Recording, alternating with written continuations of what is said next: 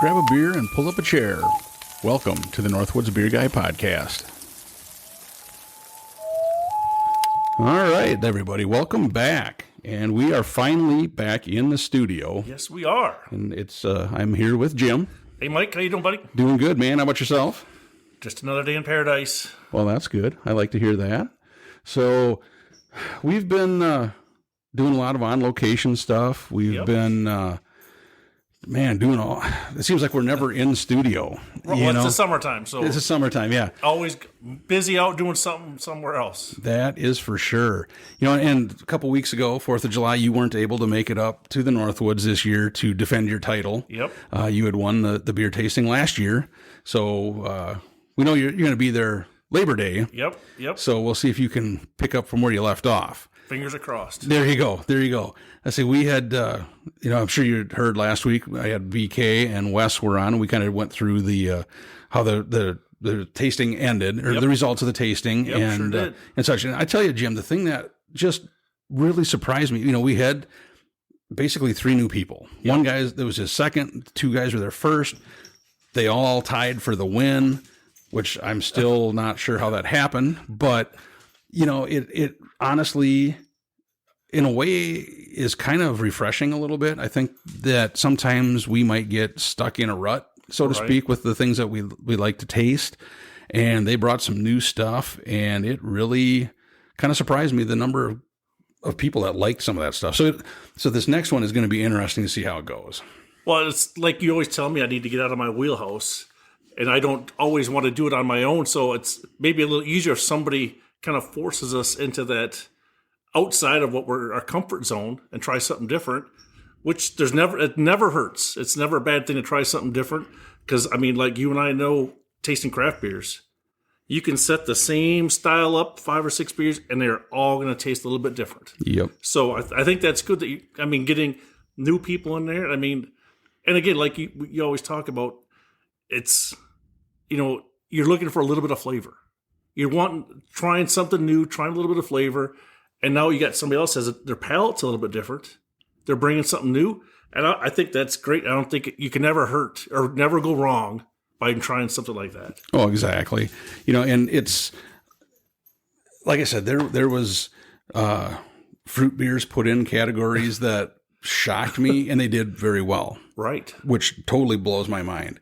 And Labor Day is going to be interesting. It's going to be big. We potentially could have 11, 12 people, 13 people possibly. It's hard to say. Wow. But, we've so had... you're saying you might have to, some people might have to bring a chair. Possibly. It's not going to be enough around the bar to... Well, we've got close, but we'll make the new guys stand someplace, and they got to earn their stripes. They can sit in the sun for a while. There you go. Stay in the shade. Exactly. Yeah, we've already had to do that, so... There you go. How do I bring this up? You had texted me a couple weeks ago, I think it was, or a week ago. I think it was actually when you guys are getting ready to head up north for 4th of July. Okay, I believe you're correct. You had texted me and said, Mike, I have a story for the podcast. And I'm like, really? And you're like, yes. And you text me a picture. All I can say is you have piqued my interest. I've posted it online. Yep. And I'm sure our audience is waiting with bated breath to hear your life or death encounter with nature, I guess you could say. So I think before we get into that, I think we need to try a beer. Sure. I think a craft beer solves all problems. There you go. Exactly. We should have more people around the world trying craft beer. That's right. You'd see a lot less wars if people were sitting down enjoying a craft beer together. That's right. So this week, being that it's hot out and such, we kind of went a little bit lighter again, but we're doing some fruit beers. Yes. So we have 6 beers Yep. that all have fruit as an ingredient. And yeah, they sound very interesting. So what's the first one we're going to do? It looks like we've got the number one in the hoppers, the Zombie Killer, and that's from B Nektar Meadery. So I was looking, and it looks like this is a unique brewery that they're only doing hard ciders, meads. And meads. So I thought that was pretty unique, and this is going to be a hard cider with honey and cherry. Huh. So I'm intrigued because, I mean, we've had a couple of meads before. Oh, yeah. And if a brewery can do that, because I think that's a harder beer to make than normal, and if they're very good at that, I thought this would be a great one to try. Oh, for sure. And it's funny because there's definitely, it seems like when breweries or meaderies, I guess you'd call them, when a company specializes in mead, that's like, I should say, if they can make mead good, that's what that's all they do. It seems like a lot of times. You don't see a lot of, we're going to do a far out from that. Right. They're not going to do a mead and then tomorrow they're doing a stout. Typically they're sticking, and like you said, this one does ciders and meads. So it should be interesting. Yeah. And these guys are out of Fernendale, Michigan. So, I mean, artwork on the can looks cool. It is pretty cool. Yeah. We're going to have to post a picture of that. It's got, the name of the brewery and the meadery on it has B Nektar. And it has a picture of a bee, like a drawing of a bee, and then Zombie Killer. And I'm not sure what the guy's supposed to be, but apparently he's killing a zombie cherry, I think is what he's killing, is what it looks like. Can you see the little stem sticking out? Yeah. And just for clarification, it's B, you would think, because it's a mead with honey, it's not B-E-E, it's capital B, period. Period, yep. So they did another play on how they're doing there's some good marketing going on with this. Oh, yeah. I just hope that the beer tastes as good as what they spent on all the other stuff. I am impressed with the artwork. I mean, that is really cool. Some of the other history that you had found, I mean, they were founded in 2006. Yep. Relatively new. The owner was a home brewer since 1998. And, that's what it seems like a lot of people, and that's what's cool, that you can start home brewing and turn it into a profession, and very successful. Yeah. So you're not only making beer for yourself, but then you think you've got a beer that other people are going to like. Yep. Yeah. So that's really cool. Let's see. Well, I guess let's crack her open and see what it looks like. See what happens. First inklings sounds good, and it looks like a beer. Yeah. I was expecting it to be maybe a different color or something, but it looks like cider, apple cider, that kind of an apple color. Yep. It doesn't take a head. There's no head on it. Nope. There was a little bit of head at first, but it still got the bubbles just like apple juice. That's not bad. No. I'm trying to get the flavors. I don't know if the honey is knocking down the cherry, but I mean, definitely not bad. I mean, I'm just trying to pick out the flavors. I'm trying to get my taste buds. I do get on the finish, you do get a little more of the cherry. Oh, you're right. But I do think you're right. I think the honey kind of knocks it down, because we've had other beers, remember, where it has honey and something else, and the honey really seems to like mellow out kind of that other flavor, and that's what I'm guessing. Yeah, I mean, but again, on a hot day, this is probably right where you want to be if you're sitting on a beach somewhere and you got an ice cold one of these. I mean, you're going to be right there. I mean, this tastes really, really good.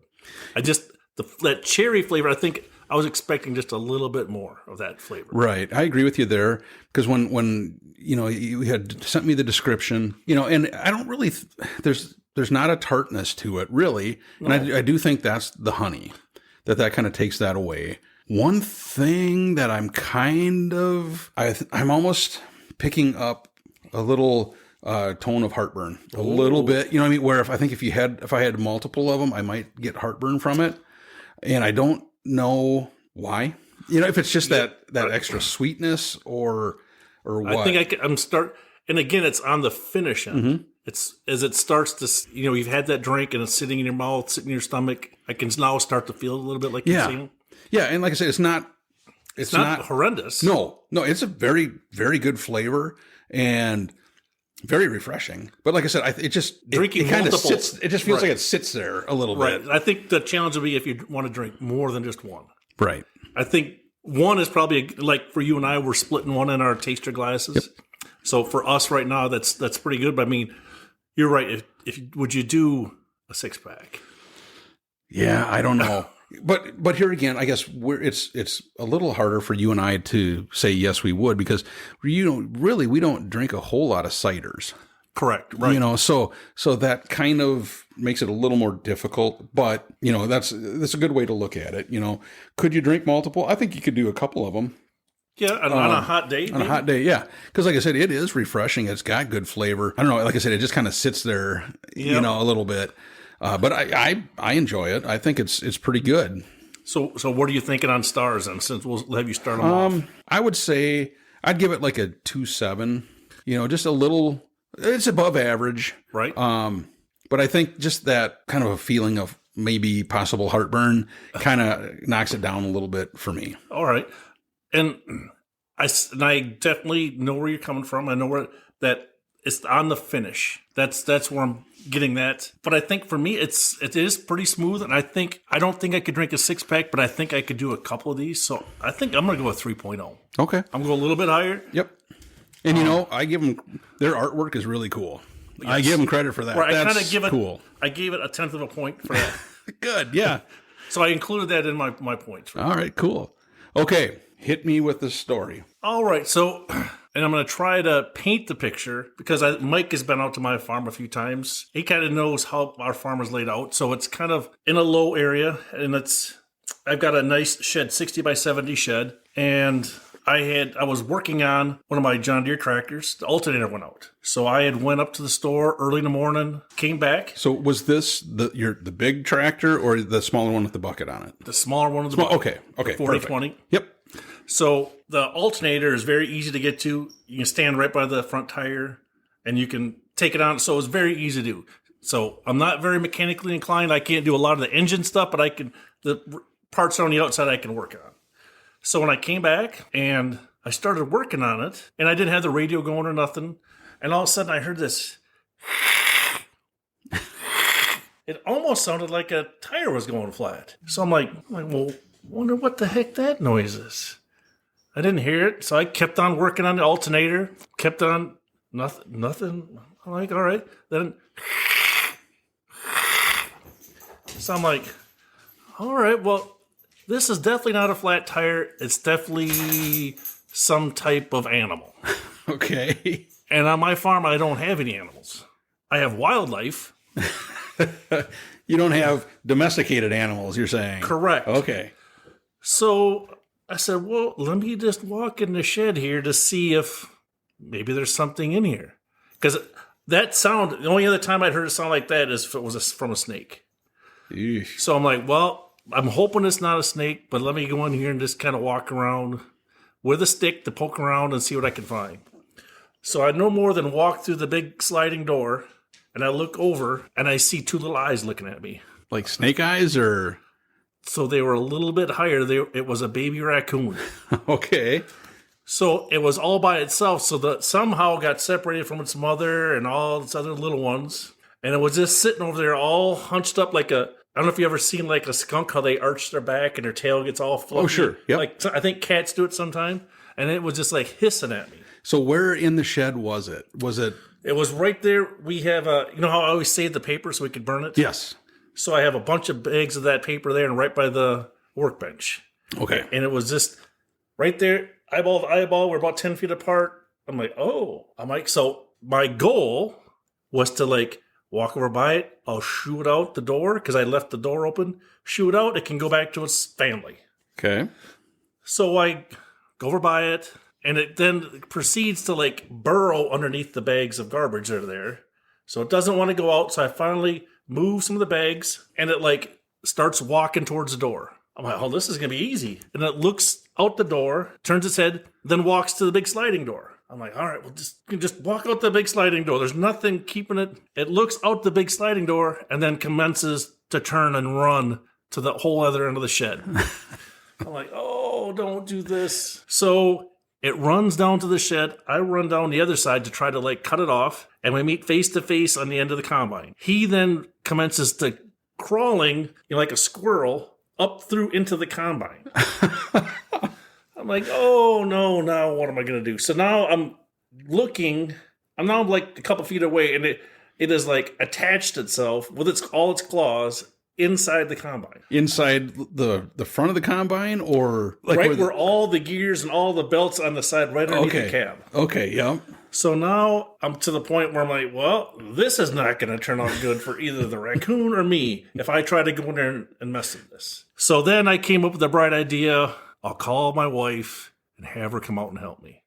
I do have one question. Did you finish putting the starter in the tractor before this started? Or were you just... Once I just made the decision to call Julie to help me, then I knew she was going to take some time. So then I had enough time to put the alternator back in. Okay, so this all happened. You hadn't even finished doing that No, yet. I mean, it's like a 15-minute job to put the alternator on. So I hadn't even got... Or the alternator, I'm sorry, I said start, yes. So it was not even going to... I knew it wasn't going to take long, and this kind of like sidetracked me. So now I'm at the point where I don't want to hurt the animal. I just want to get it out of the combine and out of the shed. Okay, so you called your wife. So I called my wife. And so I think we should make a timeout and have another beer on that. I think so, because I'm just going to say this. The picture you sent me, it didn't look like a raccoon, so I'm guessing there's a lot more to this story. So we need another beer. Yes. So which one are we going to bring out now? We've got the... look at the size of that can. We have I hope I pronounce this right. Is it Stiegl or Stiegl? Stiegl. Salzburger Stiegl. Radler. Ooh. Himbeere. Himbeere. Raspberry. I can understand raspberry. There you go. Yep. Malt beverage with natural flavor and carbonation. It's nice. 1 pint. Does it say where it's from? I thought it was Germany. I don't know. I think so. I think you're right. And the crazy thing here, and I guess it isn't crazy since we have had, the first time we had a Radler before, and this one is, again, 2% ABV. Right. Low alcohol. So I'll tell you what, I am hoping that this one is similar to that first one we had. Yep. Because that was really good. That was a lemonade, right? Yeah. Yes. And remember, that was when Moose was with us, and I was surprised. That was really good. I am really hoping that this thing...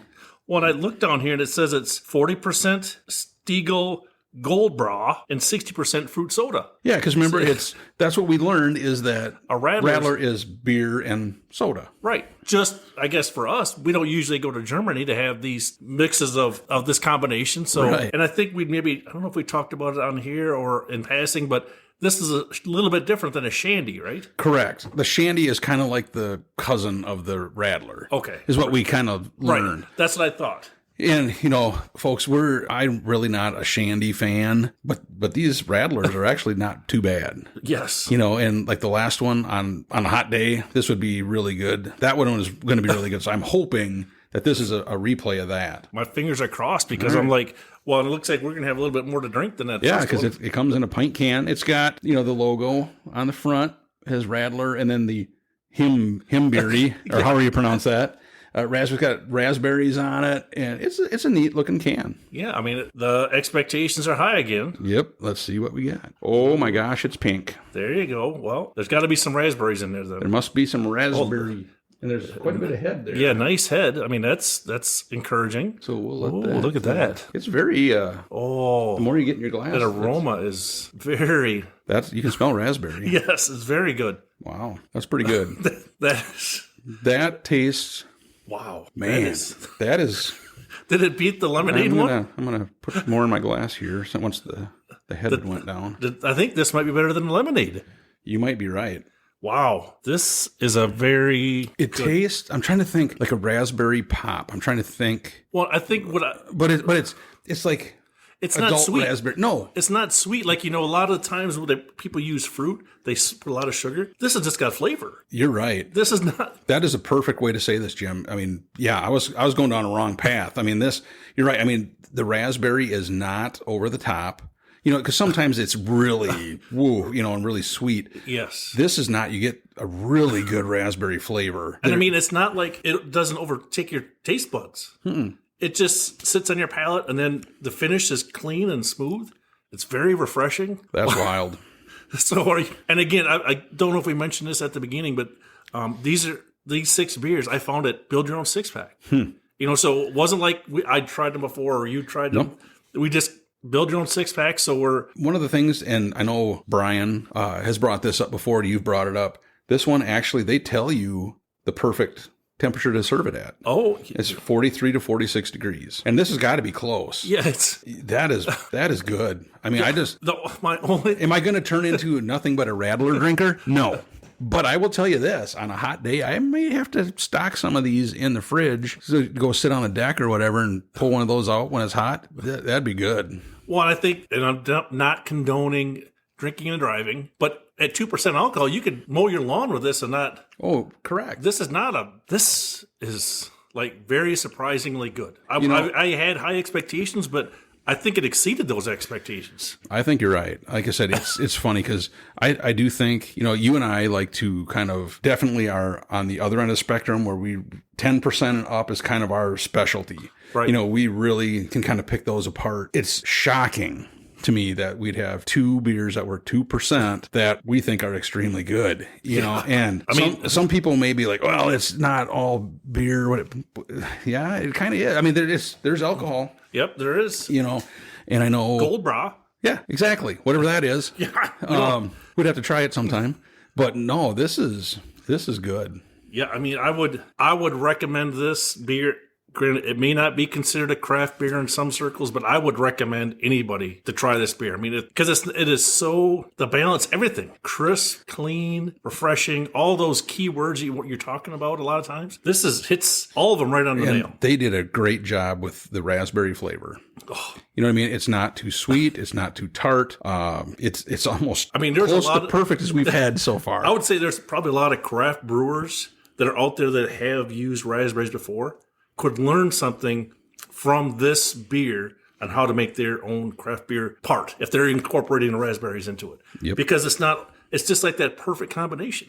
Yeah, you're right.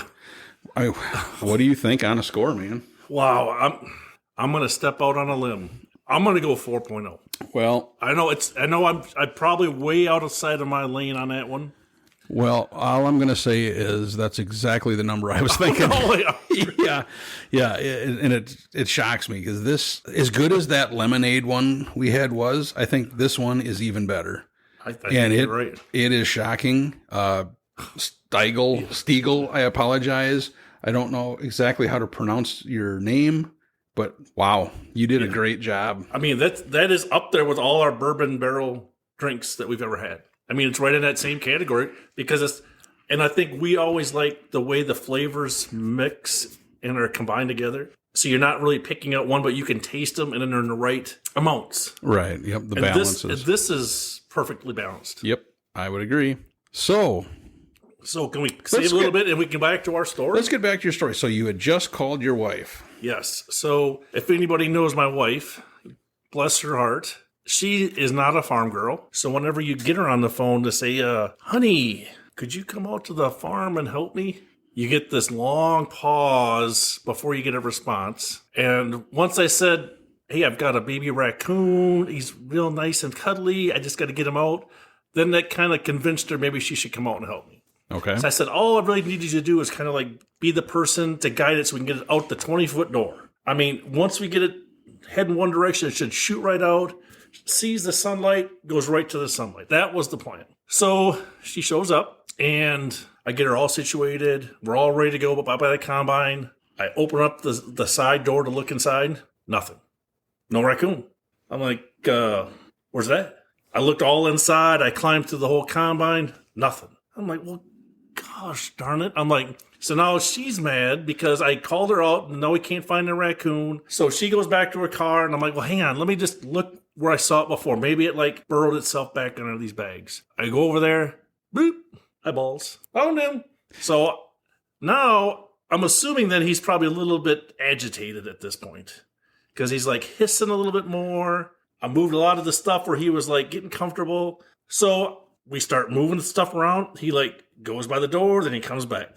So he's playing this little game with us back and forth, but he won't go out the door. He won't go through the doorway to the outside. So your wife had come back in, so you're both right. She's just standing there, kind of with a mop handle, okay, tapping the ground to try to keep it, and it'll go towards the door. It'll look out the window, out the door, and it'll turn around and come back. I'm like, come on, I said, we don't want to cause any issues with it or anything. So we finally she takes some cardboard that was sitting there and makes a wall all the way from where it was.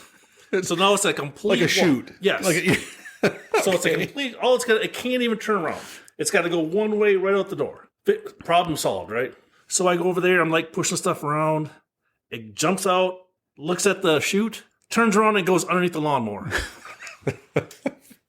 I'm like, no way.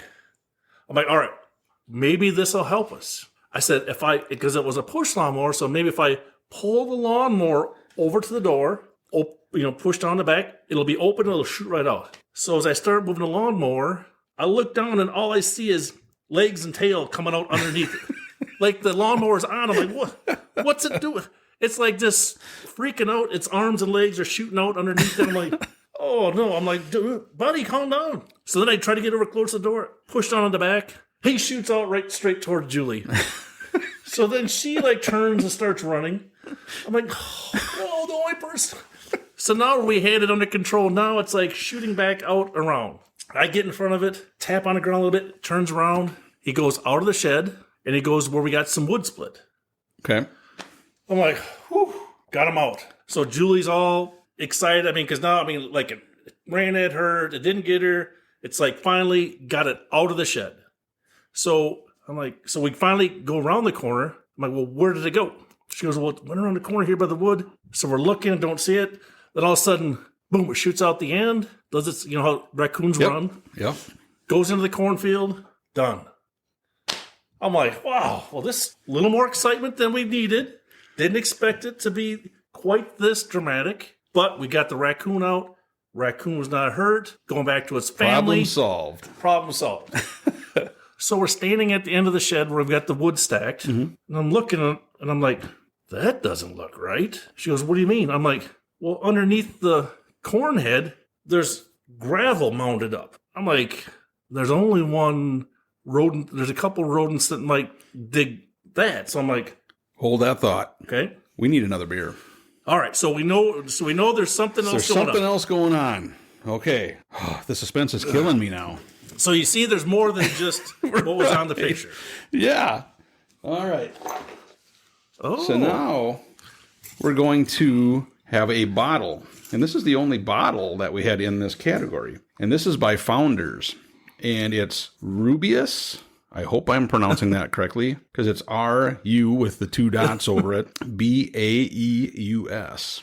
And the A-E are connected. And the A-E are connected. So I'm not sure what that means. And this is a raspberry beer as well. Yep. So this is actually our highest ABV beer so far, too. 5.7. Yep. So that's over almost 3 times as much as the last one. Right.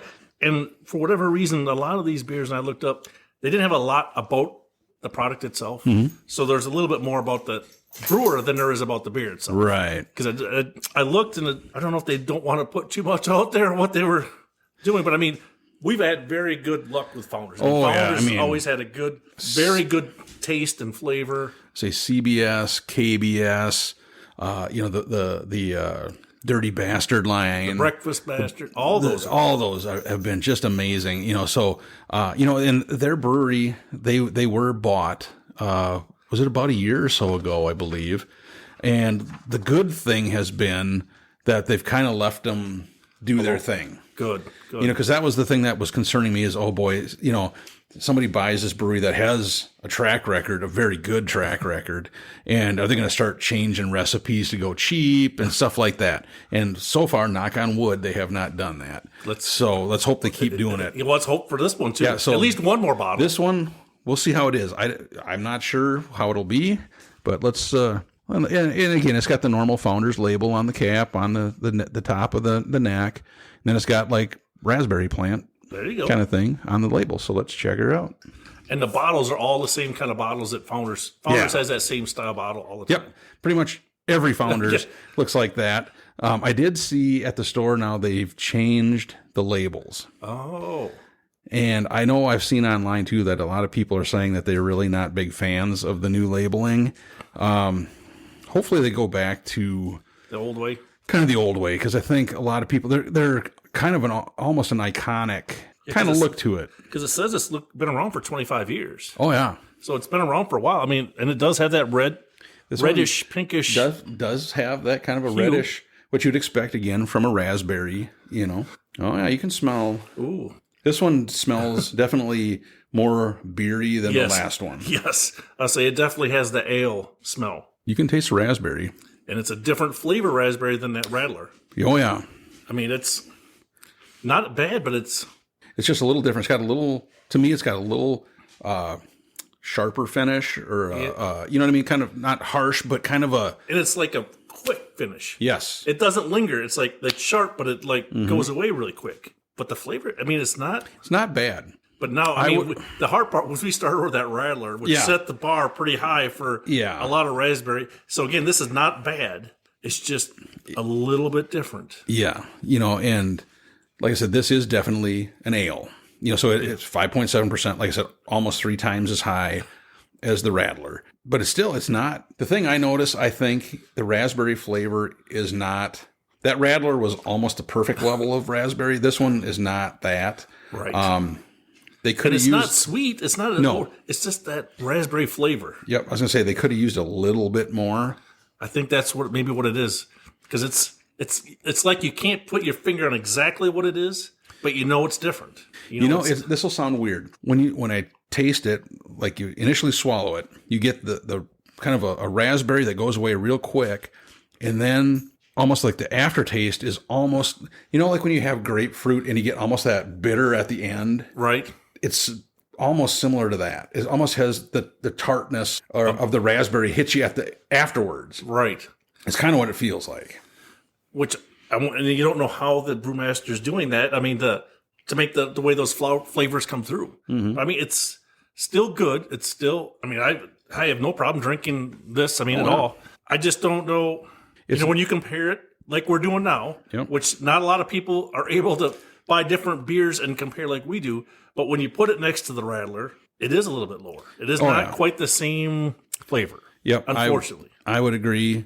Between the two, well, and again, it all depends on what you're looking at, because again, this one is 5.7%. Yep. The Radler was 2. I think you could sit and enjoy this as well on a hot day, but I think that Radler, you could drink 2, 3, 4 of them, right, and be fine.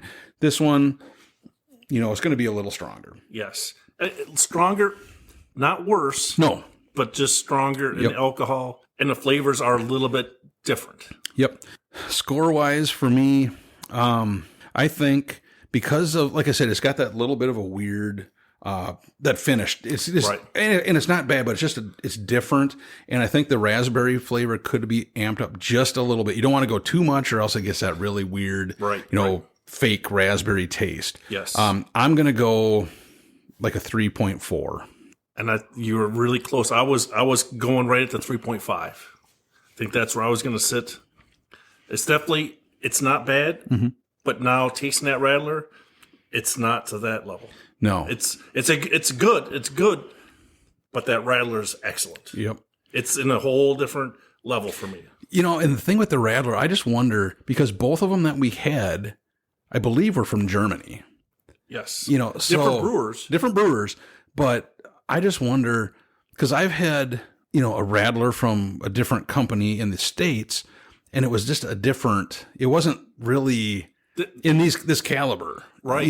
So we'll have to just keep an eye out and keep grabbing some of these other ones, because, I don't know, they're really good. Well, now I know. I mean, when I build my own 6-pack, if I see some of these in there, I'll start pulling more of them. Yep. Because, we've had, I hate to knock on wood, but 2 for 2. Yeah. 2 Radlers have been really good.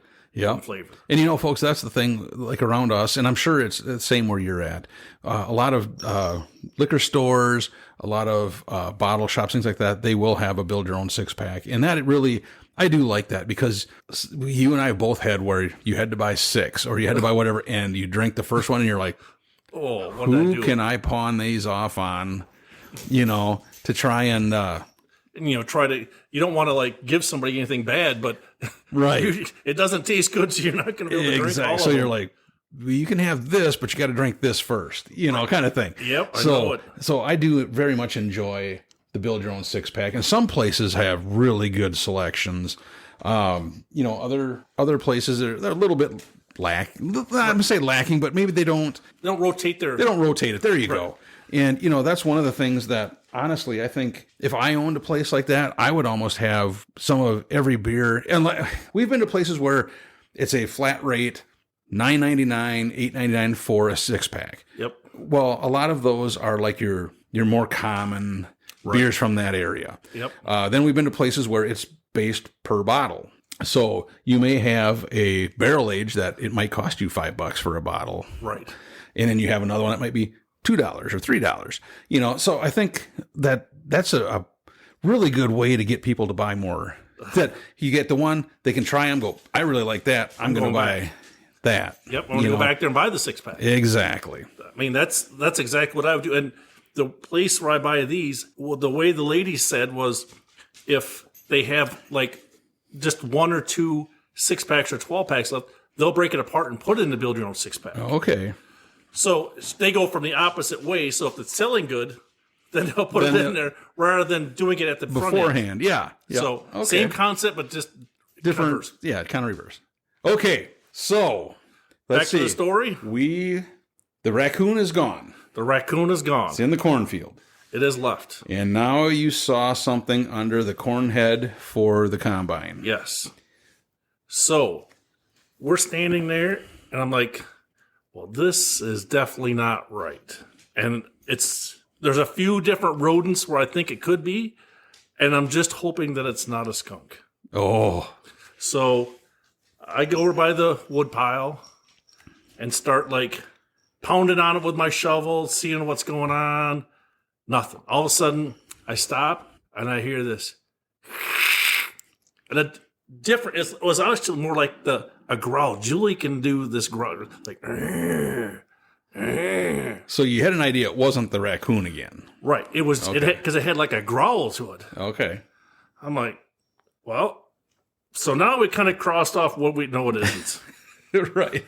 So I'm like, well, maybe if I make enough noise, startle it enough, it'll shoot out the end, just like the raccoon did, and go out, follow the raccoon. We'll get rid of 2 animals without having any problems. So I keep hitting, beating. So I tell Julie to walk down. Maybe she can see it from a different angle. And the last time I stepped on it, boom, I seen some fur come flying out. And it was going opposite of where I was. Okay. Julie goes, it's running. So I'm like, where? Because I didn't see it. So I said, you go down by the truck, which is on the south end of the shed. I'll go down and I'll see if I can try to scare it so it doesn't like come back to its house. Maybe I can just keep running it away. Easy. You may make it as simple as possible. So I go to the corner. It's down. It stops by the shop, gets on its hind legs, looks back at me. I look at it. He gets down on all fours and runs underneath the other overhang. Like, oh. So I get to that end. I look down. He's standing at the end, down by the truck, looking at me. I'm at one corner. I'm like, all right, come on, buddy. Maybe Julie will just scare it and it'll run off into the grass. Okay. And I keep running down her, and I'm like, where'd it go? She goes, I didn't see it. I'm like, it was just standing right here, and I seen it go to the end of the shed where the big open door was. I'm like, it's either inside the truck engine or it's underneath this pile of railroad ties that I've got. I'm like, well, it's got to be around here somewhere. I mean, it's like, it didn't, if you were standing there, you didn't see So it. she was on the other end. She was on the other end. But she didn't see. She probably wasn't looking. She wasn't. Sure. She didn't want to be around it to begin with anyway. So did you saw what it was? yes, it was a woodchuck. Okay. And it, on its back legs, it probably stood at least a foot tall. Okay. So it was an adult. It wasn't a baby. Yep. So it was. So we now, by this point, now we've went all 4 sides of the shed. Okay. So now we're back almost to where we started. But I'm like, she didn't see it go in the shed. She didn't see it go in the truck. I'm like, well, where in the world would this thing go? So I get to the big open door, and I get down on my knees, and I look underneath the railroad ties. Boom, 2 eyeballs. Looking right. I mean, we're probably 2 feet apart. And he's going, "Arr, Did you scream at all, or? I'm like, whoa, buddy. I'm like, I'm not trying to piss you off here. Just want to get you out of the way. So then at that point, I knew we had an issue because he definitely wanted to go back to his house, and I didn't want him to go to his house. And his house was in the wood pile? In the wood pile. So he had to go through me to get to his house. Okay. So I think we might need another beer because I can see you're tensing up a little bit. So we better have another beer to kind of calm your nerves. Because I can see that this is getting to you a little bit. So the next one that we're going to try, I have to find it. Oh, that's not it. Is by Untappd Brewing. Indeed, it is. And it's Paloma cocktail-inspired tart grapefruit ale. Oof. This will be interesting. So 5.1%, and it's IBUs. It says it's 12, so it's not hoppy, but apparently they got a picture of a grapefruit slice. So I'm guessing that must mean that it might be a little tart. So do you like grapefruit, Mike? Do you want the truth, or do you want me to lie to you? I'm not a big grapefruit guy. Either am I. So this is probably not in our wheelhouse. You know, the thing that typically when we do tastings, Jim does a little research on all these, and he printed off. So this was off of their website. Exactly. They had like a full page write up for each of their beers. Yep. Okay. And so this one, you know, the thing that I don't, because it's saying that it's inspired by a cocktail. So I don't know. Paloma must be a cocktail, I'm guessing. I apologize. I don't know. Very good question. I didn't even think of that.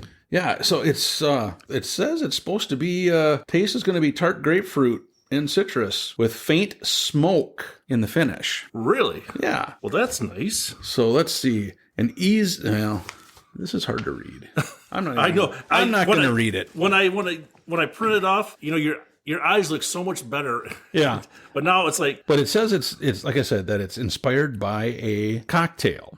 Well, here, can I read the last sentence? Yeah. Yep. It says, there is a little smoke at the end from some smoked malt in the mash. If you didn't know it was there, you might not notice it. I thought that was interesting. I'm like, so you got grapefruit and something that's got a little smoke. This is really some flavors. I don't think I've ever had that combination. Well, putting those two together, I'm pretty sure I've not had grapefruit and smoke. Because we've had smoky beers. Yep. We've had some other ones that have grapefruit in them. But I can pretty much say I don't think we've ever had that combination. And it looks like for malt, it's got Pilsner malt, wheat malt, Carfoam malt, Beechwood smoked malt, and sour malls. Huh. Do those ring a bell? Yeah, sure. So it looks like we got some of them do.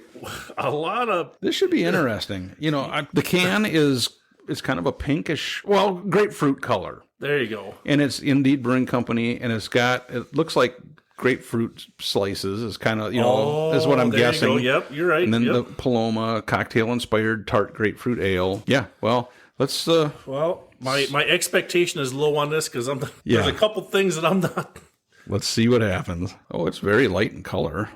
Does have head. It's almost hazy, isn't it? It's almost a hazy. Honestly, compared to other beers, it looks almost like what you would think of a light Pilsner. Yep. You know what I mean? That kind of that color. The head is white. Yep. You know. What? It's got the smell isn't bad. You know, it's not grapefruity. No, that's what I was. It's more citrusy. I was afraid of it's either going to smell like grapefruit or it's going to be really smoky smelling. Right. And I don't get either. It smells almost like orangish. There's smoke in there. There is smoke. If you can't pick that up, I was just saying, your taste buds are really bad. Whatever they said here about you might not taste, you taste that right off the bat. It is not overpowering, but you can definitely taste it. Yes, I've never had a grapefruit smoke beer. So we're definitely in some uncharted territory. I can safely say this is our first smoked grapefruit beer we've ever had. And the crazy thing is it's not that bad. No, it's not. Me personally would probably not have put as much smoke because for whatever reason, the grapefruit is not like the tart grapefruit that you're used to. It's pretty mellow. Yeah. That smoke comes through more than anything. The build up, I thought it was going to be really tart. Yes. Grapefruit. I was getting afraid. And it was like, I don't know. We need to do some research and see if this Paloma is actually a drink, a cocktail, or what it is, for sure. But if anybody out there knows what it is, send us an email or text us. Or if there's a bottle you could send us, we'll try it too. Yeah, I mean, because it really kind of raises my interest a little bit because it's not bad. We've had other beers that have been inspired by cocktails before. Right. And sometimes they're really strong, with that old fashioned, right. That Central Waters had, called me old fashioned. That one was a little bit strong. Right. I mean, the flavor big, We've had other ones too that have been based off of cocktails. Right. And this one kind of makes me want to figure out what that cocktail is a little bit. I mean, me personally, I think I could have did without the smoke. The grapefruit flavor is pretty good. That I would have rather just went with that grapefruit flavor than the smoke. But I'm guessing that whatever this cocktail is, it must be smoked. You know what I mean? Where smoked malt. They when they make the drink, a lot of times they'll cover it with like a globe-looking thing, and then they have smoke in it, so it kind of adds that smoky flavor to it. That's what I'm guessing, is it must be part of that cocktail, is why they did it. Right. But, again, it's not bad. I am surprised. No, I mean, it's not bad. And granted, we were very apprehensive going into it because neither one of us like grapefruit, but the grapefruit is the best part of this. I'd say the grapefruit, yeah, that is something. Like I said, it looks like a hazy Pilsner. Yep. It's yellowish, but it's kind of hazy, but I mean, yeah. It's very good. I mean, I don't like grapefruit at all, and this does not taste like grapefruit. No, we've had other grapefruit beers that you're like, whoa, yeah. It's like pucker your whole malt. It's like suck the sweetness right out of every pore, but this is not that at all. This surprises me. Pleasantly surprised. I mean, I think I would just cut back a little bit on the smoke. Yep. And like I said, again, it is funny because the buildup, I thought it was going to be way tart, and I thought you're barely going to taste the smoke. And it's almost the opposite, where you taste the smoke more than you do really the grapefruit. Yes, for sure. So what are you thinking on stars? I'm going to go with a 3. Just because the smoke a little bit, I mean, I don't mind having a smoked beer, but it's just different enough to where it's like I could have done with a little bit less of that. Right. The grapefruit could have been pumped up a little bit more, but that's touchy because otherwise then we were going, whoa, there's way too much grapefruit. But I'm going to go with a 3 just because I think it's good. And again, like I said, I do think I want to look into what this cocktail is just to see what it is and get a little bit of a backstory on what they were trying to copy. Right. And for me, I think I'd probably go like a 2.7. And I think my biggest reason is like while you were talking and now the finish and it's starting to settle. The only flavor in my mouth right now is smoke. Yeah. That is, I mean, so the finish just lasts for a long time. But if you're into that smoke flavor, it might be what you like. But for me, I don't taste any of the grapefruit at all on the finish. It's not bad, but it's a little bit lower. So this is probably my lowest one for the day, 2.7. Yeah. Again, like I said, it's interesting. And again, being the fact that this is the first time we've ever had a smoked grapefruit beer, I'm glad we did it because it's definitely different. Yes. It opens up a whole different thing, so to speak, But I mean, like we always talk, right? We're trying something new. Mm-hmm. We definitely, I mean, this is not one that I would have sought out if it was not in the build your own 6-pack. I mean, I don't know if I would have bought a 6-pack of this if it was build your own 6-pack or have to buy a 6-pack of this only. I probably wouldn't have bought it. Was it just looking at the name? It's like there's no way we'd have bought it. Right. This is, I mean, I think it was good. I mean, it's not a bad 2.7 is not, or even a 3.0 is not average. It's above average. Yep. So I think it's still good beer. Yeah, I agree. I think it's all right. Okay, so you're face to face with a killer woodchuck. So then what happens? Right. So we didn't know it at the time. I probably should have did a little more research, but apparently the woodchucks are fairly aggressive. Okay.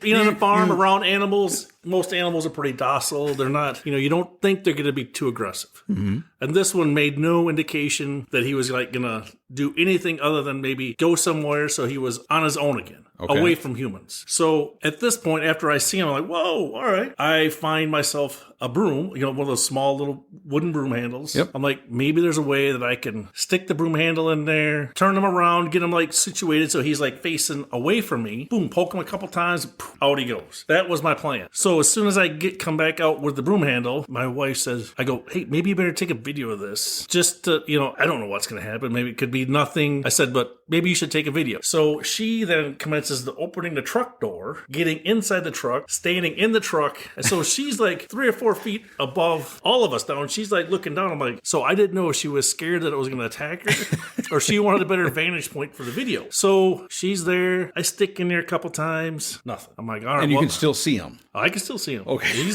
He hasn't went very far. I've not induced enough aggressiveness in him to like want to run away from me. So you're just poking the bear, so to speak. Poking a bear, poke him a couple times, nothing. Okay. I'm like, all right, well, ratchet it up a little bit.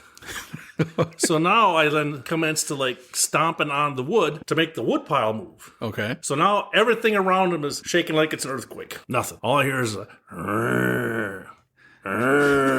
like, well, we're getting him pissed off. He's not running though. So I'm like, all right. So the next thing I do is I'm like, so it's the shed is aluminum siding, tin siding. So I just start wham, wham, and his head is like right there. So it's like echoing right down into his head. Nothing. Oof, oof, nothing. He's getting a little more agitated. So I'm like, all right. So the next thing I do is I bend down, stick the broom handle in there one more time, and all of a sudden a fur ball comes out right at me. Like, whoa! Shoots out, runs up my leg, which I was not expecting.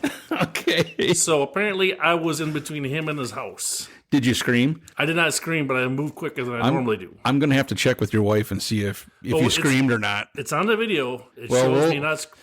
We'll post the video. Make sure that's online too, because if you scream, I want people to know. So guess where the mighty woodchuck goes after he runs up my leg? In the shed. Back in the shed.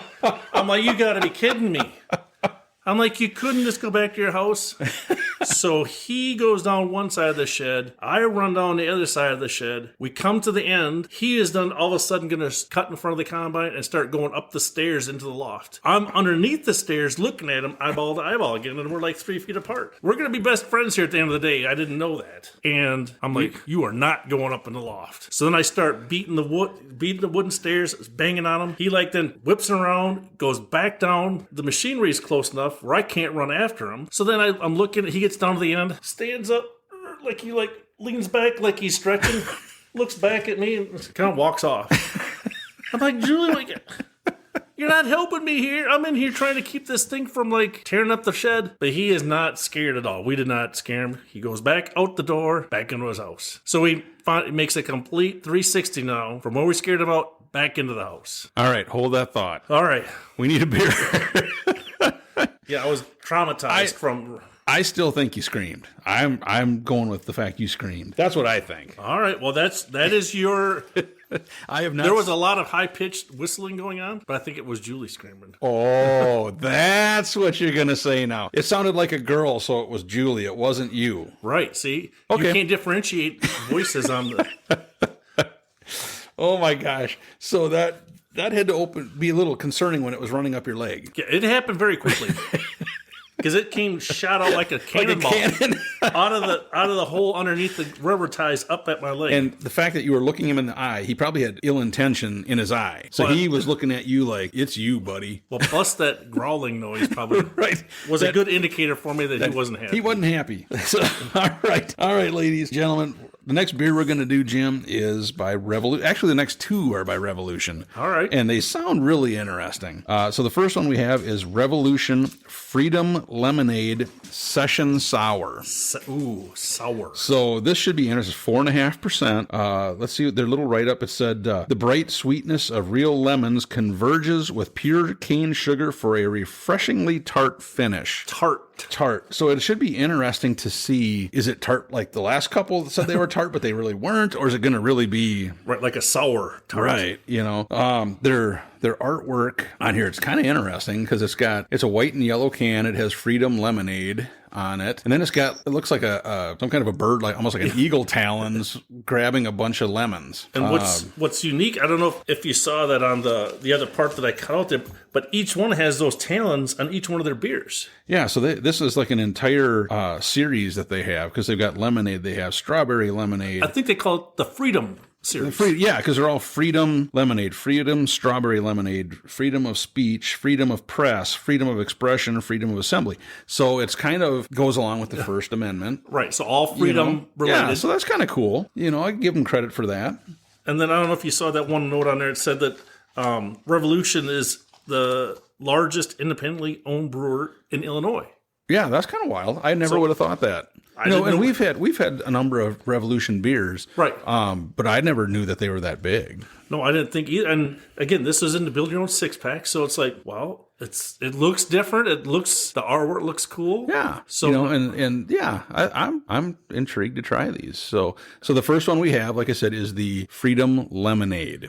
So let's crack her open and see what it is. All right, well, we've had some very good ones tonight, so hopefully, I don't want to set the bar too high, but hopefully we'll get a good one out of this one too. I'm expecting it to be pretty light, like, lemonade kind of color. Well, it's good so far, has good head. It's not hazy. No. It's yellowish, but it's...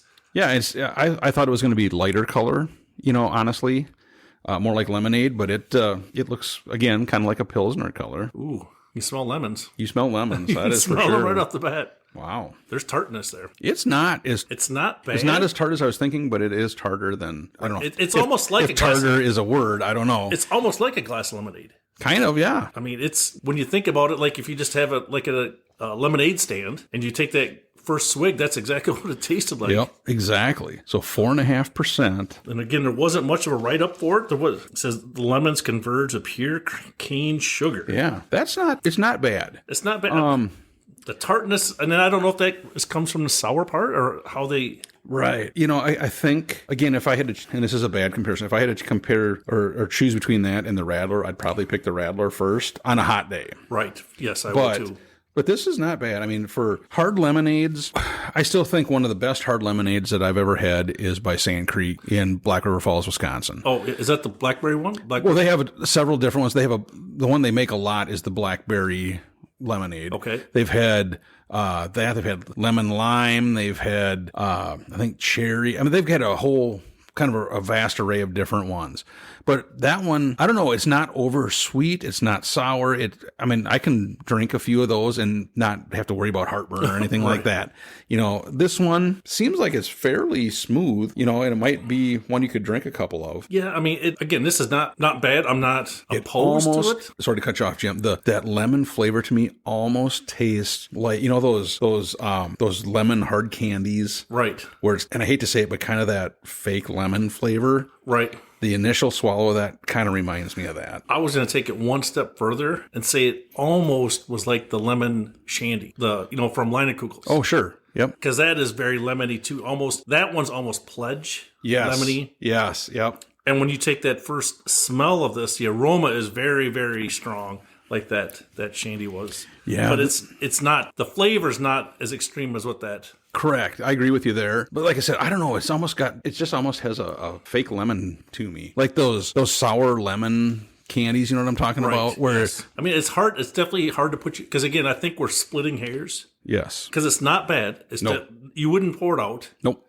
But it's that the lemons they're using and maybe the way they're crafting it, it's a little bit tart. Yes. For me. I don't know. I agree. Not a lot tart, but just they could have cut it back. Just enough to where you're kind of like... Right. Do I want a second one of those or do I want something different? Right. Exactly. So what are you thinking as far as stars go? Well, unfortunately, the smoke one is not going to make it up high on my list, but this one's going to have to be above it. I think I'm going to go like a 2.9. Okay. Not bad, but the lemon flavor is just a little too tart for me. Yeah, I do agree as far as the tartness, and like I said, to me that lemon almost has kind of an imitation lemon flavor to it. I'm going to go like a 2.7. I'm actually putting it below the smoked one. Oh. I thought that one had a little bit better. And it intrigued me more, I guess. Yep. And not that this one's bad, but it just, that imitation lemon flavor to me, it just kind of, and I'm sure they used real lemons, but it just seems like it has an imitation flavor to it. And it's just kind of, Yeah, I know. They're close. They're close with it, but they're just correct. In my opinion, they're not quite there yet. Yep. I agree. All right. So we're at the farm. All right. And we've chased off a raccoon. Yep. You were almost killed by a woodchuck, and violently attacked. You were. It was him or you. Yep. He took off back to his home, and there you are, still having to deal with it. Yes. So at this point, my wife is probably never going to come out to the farm again. She doesn't like coming to the farm to begin with, and now we've got two different critters that have been running around the shed that most people, if you're from the city, you probably don't see these kinds of animals. And here now she is like right in between where her husband's like getting attacked by two of them. So that did not really make, from what started out what I thought was going to be a good thing, experience with the raccoon turned into a completely different way than how my morning was going. And you still don't have the alternator in, or do you? I got the alternator when I was waiting for it to come out. So at least that's done. Right. So now I just got to go find somewhere to go check my drawers to make sure I didn't drop a deuce in there, because there was a little bit of nip and tuck there when the thing started crawling up my leg. At least he like hit my leg and then bounced off. He didn't like keep climbing up my leg, because they do have claws. Oh yeah. So. And luckily I had my farm pants on that are a little bit thicker. Yep. So the final part to the story is we're not going to mess with him anymore. He's in his home, done. I'm just not going to mess with it. So I come out the next day and I look under by the railroad ties. That's where he started digging now. Now he's moved his home from one spot. Now he's back where I chased him out at to begin with. So now I'm like, come on, really? He moves from one spot to another.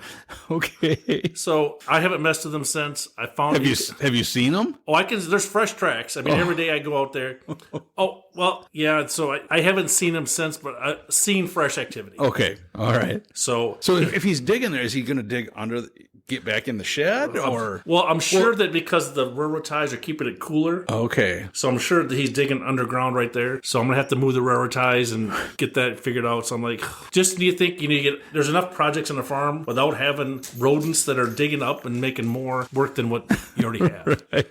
So, yeah. So I hope everybody enjoys that video, because it was not very much fun making. So I'll be everybody's laughing stock for a while when I see the video. So, well, like I said, the picture was very intriguing to me, because it looked to me like it was taken right before or after you screamed and soiled yourself. That's what I thought. Wow. You got to give me some credit, buddy. Well, now, if it had been Julie, maybe. But at least you can see I'm stepping back and trying to get... I'm trying to give it as much space as I can. I just wasn't moving backwards fast enough. I thought, boy, I hope you didn't fall down and it started to maul you. You know? Yeah, he was moving faster forward than I was moving faster backward. So you learned, or he learned, that you can run faster scared than he could angry. Well, actually, no, he ran faster angry than you could scared. Yes, there you go. You got him switched around. That was a good point. Wow. So let's hope we don't have to encounter that friendly little fellow anymore. Oh, boy, I tell you. What happens at the farm is supposed to stay at the farm. It's supposed to stay, but when you send pictures and say, have I got a story? So then we make it everybody's story. So I just hope everybody enjoys not only the craft beer you're trying, but have a craft beer where you listen to that story. And then you can sit and chuckle as you can picture Jim being accosted by this woodchuck. Yes, violently. So to help you get over the trauma, we have one fruit beer left. Nice. And this is, again, by Revolution Brewing, and it's a part of their Freedom series. And it is Freedom of Speach Session Sour Ale with Peaches. Did you see how Speach is spelled? Yeah, SPEA. Right. CH. So there must be some peach, I'm assuming, in there. A good play on the writing there. It's 4.5%, 7 IBUs, so it's pretty mellow that way. You know, shouldn't be hoppy at all. Right. And not that the lemonade was, but it'll be interesting, because peach is another one of those that it can be overdone. Right. I think their sweet spot is like a half a centimeter wide. Right. You can go really bad either side of it. It's either too much or not enough. So let's hope this is just right. Let's hope that talon squeezed enough juice out of it to make the right amount. Exactly. And I do have a very good website. I mean, if you're interested in anything on Revolution Brewing, I mean, they put a lot of work into their website. The stuff that you printed off, it was like, wow. You know, they gave a lot of information. It's yellowish, clear. I think it's clearer than the first one. Yeah. On aroma, I really don't pick up I don't peach. smell anything. There is not a whole lot of peach there. Am I missing something? Very faint. Which, again, it can be way too much or not enough, and this, my opinion, is on the not enough side. Well, and again, when you look at the IBUs, it says 7 IBUs. I think we maybe talked about this a little bit. It's very arbitrary, because it's based on how the brewmaster feels, right? And for bitterness, I mean, he could probably went to a 1. Oh, yeah. I don't think there's the flavor's really not there. I don't know. Yeah, there's not even a hop. for a sour. Yeah, there's not a hop at all to it. I don't know. Like I said, to me, the sad part is just there's not much peach at all. No, really. I mean, it's very, very faint. and it seems like it's more on the finish. Right. But it's very faint. And that's kind of a bummer because I was kind of thinking, well, hey, peach, this should stand out from, some of the other ones we've had. Right. Because the peach has a distinct flavor. Yep. And I don't taste anything of the, this is our last one in this category. And I was hoping that this was going to be something that was going to finish off the category, on a high note. Right. I think we started with our good ones up front and we're ending on a low note, unfortunately. Unfortunately, it's... I don't know. It's hard. I wish I could say more about it. Well, so I think if a person never had a peach beer before, wanted to get into a peach beer, and being a sour, it's pretty mellow. Yes. It's not super tart, anything like that. The peach flavor, if you want to say there's peach flavor, is not super high. So, it'd be one where a person could do it and not be offended by the peach or whatever. But typically, if you're drinking a peach beer, it's because you wanted to taste peach. Right. And I don't get that. And again, I'm not a sour guy. I will never profess to be one. But even if you saw the word sour on the can, and you thought you were going to get a sour, there's not even anything sour about this.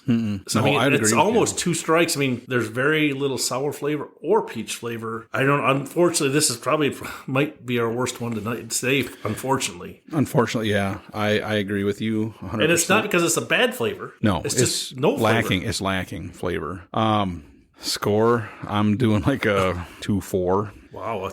You're more I was going to go like a 2-1. Sure. I think just because I will never ask for a sour beer, but if we're trying one, this is not tart or anything like that, and the peach flavor is not there. And these are the two main things that you were trying to make in this beer, and you swung twice and missed. That's kind of why my rating's a little bit lower. Yep, I totally can understand. Like I said, this one I had higher hopes for. Yes. And it kind of, my opinion, kind of slipped a little bit. So yeah, I think, overall, there's some left, Jim. All right, well, we'll finish that later. Yeah, we'll finish that later. Honestly, for fruit beers, I think for the most part it was decent. We had a good variety. Yeah, very good variety. And my top two, the Radler was number one. Yep. And honestly, I would say there was three of them that were kind of neck and neck for me. The Bee Nektar, the Zombie Killer was good. The Founders was pretty decent. I don't remember, exactly what I gave for scores, but honestly that the Paloma kind of piqued my interest more. With the smoke stuff? Yeah. It just caught my attention more. But I'd say the Founders was probably 2. And then I'm going to say the Paloma, the smoked one, was 3 for me. Oh. Just barely above, because again, like I said, the Bee Nektar, I could see where I could possibly get heartburn after a couple of them. But yeah, that's my opinion. But I think the Radler again was kind of the shining star in this group. Yeah, there's hands down Radler number one. It was so far ahead of everything else. Everything else was second tier compared to the Radler for me. Yep. For second place, I went with the Founders. I thought the raspberry, it wasn't as good as the Radler, but it was still good. So I'm putting that second in this group. Yep. And then my third place was the Zombie Killer. Okay. I do see where you're coming with the heartburn part, and I'm not saying that I would drink a 6-pack. Yep. But I think the flavor was okay. I just the smoke flavor for that one for me was just a little. I still had that finish even after drinking those other 2 beers. I can still taste smoke. So that's the only reason why I'm knocking it down.